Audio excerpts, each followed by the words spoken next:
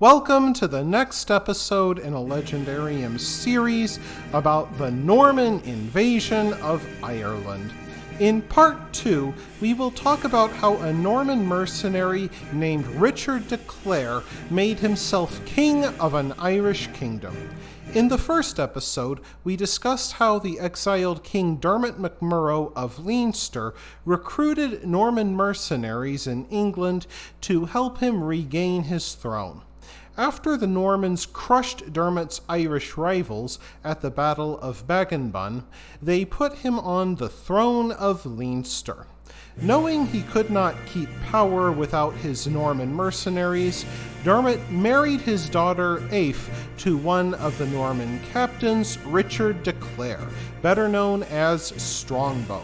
King Dermot also gave the estates of his fallen Irish rivals to the Norman knights as a reward for their services.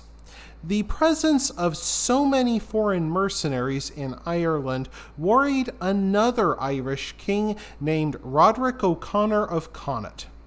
King Roderick raised an army and marched towards the town of Ferns, where King Dermot and his Normans were already firmly entrenched. Wary of a long siege with winter approaching, King Roderick made peace with Dermot on the condition that he bring in no more Norman knights. Dermot gave his son Conor to Roderick as a hostage to ensure his good behavior. Yet once more Norman knights led by Maurice Fitzgerald arrived, Dermot broke his promise and led his Irish Norman army against another royal stronghold, Dublin. Dublin was an Irish-Norse enclave ruled by the descendants of Vikings who had long since adopted Christianity and Irish culture. Dublin's king, Hoscolf mac Turkil, surrendered to Dermot's Irish-Norman force.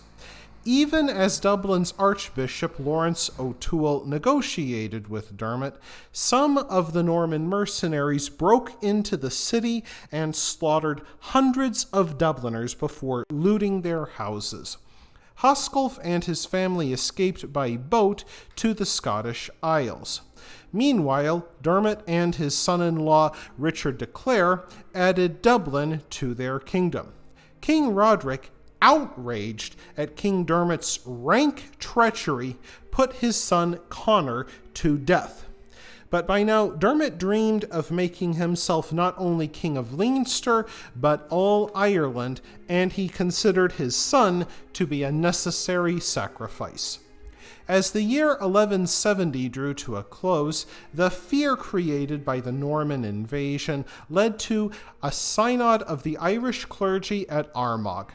They decided that the Norman invasion was God's punishment for the sin of slavery. Dublin had been a center of the slave trade for generations. First Vikings and then Irish Norse used it as a base for raids against England that brought English slaves back to Ireland for sale.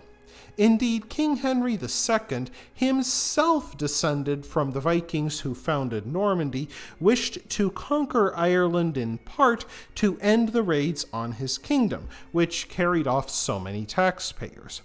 Perhaps mindful of this, the Irish clergy ordered that all English slaves still in Ireland be freed immediately. As the year 1171 dawned, Dermot MacMurrough, the Irish king who brought the Normans to Ireland, died at the age of 61. MacMurrough immediately became one of the most reviled men in Ireland for bringing the Normans into the island. One chronicler wrote that he was a plunderer and burner of churches, and that he died without making a will, without penance, and without the body of Christ, as his evil deeds warranted. Upon Dermot's death, his son-in-law Richard de Clare, better known as Strongbow, became the new king of Leinster. As he seized the throne, de Clare found himself surrounded by enemies. The other kings of Ireland made ready to remove the Norman trespassers, and across the Irish Sea, King Henry II of England began to fear that Richard de Clare might become a rival rather than a vassal. That wraps things up for this episode of the Legendarium. I hope you enjoyed it. If you did, press like. If you want to see more, press subscribe. And if you've got anything to say, let me know in the comments section. Thanks again for joining me, and I hope that you have a great rest of the day.